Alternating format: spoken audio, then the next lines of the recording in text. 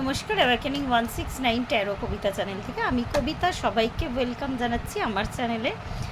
ফেব্রুয়ারি মাসের এখন আর আজকে 18 ফেব্রুয়ারি, আর 10-11 দিন মতো বাকি আছে। তো দেখা যাক এই টাইম লাইনে কী কী পরিবর্তন আসতে চলেছে, রাশিগত পরিবর্তন। তো আজকে আমি এই মুহূর্তে অগ্নিতত্ত্বের রাশি এরিস, লিও, স্যাজিটেরিয়াস, মেষ, সিংহ আর ধনু রাশি কুইক রিডিং করব, খুব বেশি সময় নেব না।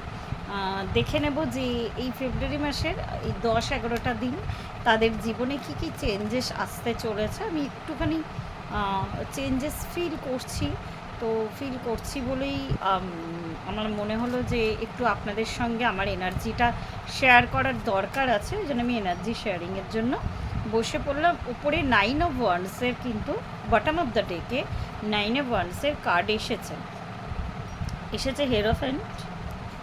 কার্ডগুলো আশা করি দেখা যাচ্ছে।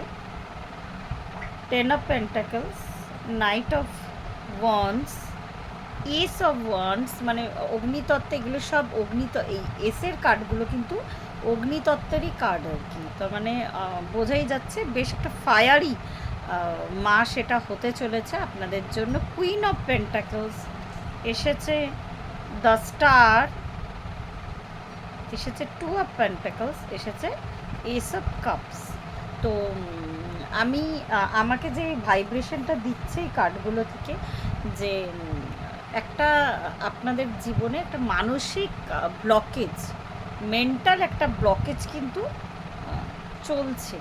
তো সেই মেন্টাল ব্লকেজটা থেকে আপনারা কিন্তু মুক্তি পেতে যাচ্ছেন। আমি বিশেষ করে বলবো যে রিলেশনশিপের ক্ষেত্রে তো মেন্টাল ব্লকেজ থেকে, যেটা নিয়ে আপনারা এতদিন আর কি একটু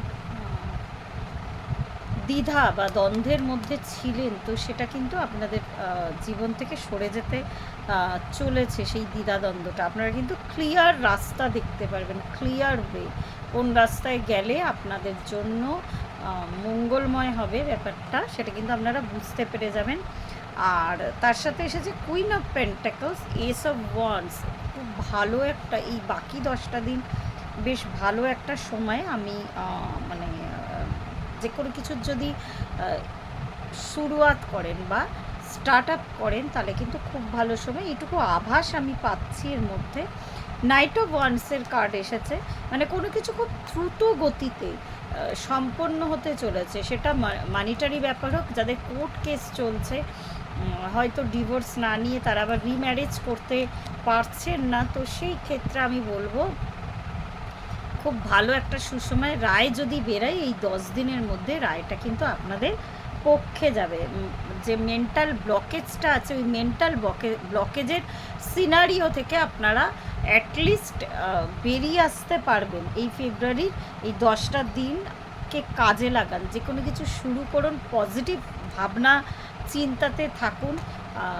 আর একবার বলছি, যাদের বিশেষ করে যাদের রিলেশনশিপে ব্লকেজ এসে গেছিলো বা একটা এন্ড পজিশনে চলে এসেছিল, দুজন বা দুটো মানুষ বা দুটো ওয়ের মধ্যে আপনারা জাগলিং করছিলেন যে কোন পথে যাবেন, সেখানে কিন্তু আপনারা একটা ক্লিয়ার সাইন পাবেন। ওটা ইউনিভার্সের তরফ থেকে কিন্তু আপনারা ক্লিয়ার সাইন পেয়ে যাবেন, একদম পুরোপুরি, মানে কোন দিকে যাবেন। হয়তো অনেকের মনে এই প্রশ্নটা জাগরিত হচ্ছিল, যারা যারা টুইন ফ্লেম রিলেশনশিপে আছেন বা সোলমেট রিলেশনশিপে আছেন, তাদের জীবনে কিন্তু অন্য মানুষের সাথে তারা তাদের টুইন ফ্লেমকে কম্পেয়ার করছিলেন এতদিন আর কি, যে কি হতে চলেছে, কাকে চুজ করতে হবে, এটা একটা কনফিউশন ছিল। তো আমি বলবো এখানে কিন্তু হার্ট চাক্রার ব্লকেজ দুজনের ক্ষেত্রে, ডিএফ দুজনের ক্ষেত্রেই আর কি, যে ব্লকেজ ছিল বিশেষ করে আর কি ম্যাসকিউলিনদের যে হার্ট চাক্রায় যে ব্লকেজ ছিল, সেটা কিন্তু ওপেন হচ্ছে। আর তার সাইন কিন্তু ফেমিনাইনরাও পাচ্ছে, তাদের হার্ট চাক্রায় একটা পেইন বা একটা কিনকিন একটা ব্যথা হালকা তারা কিন্তু অনুভব করছেন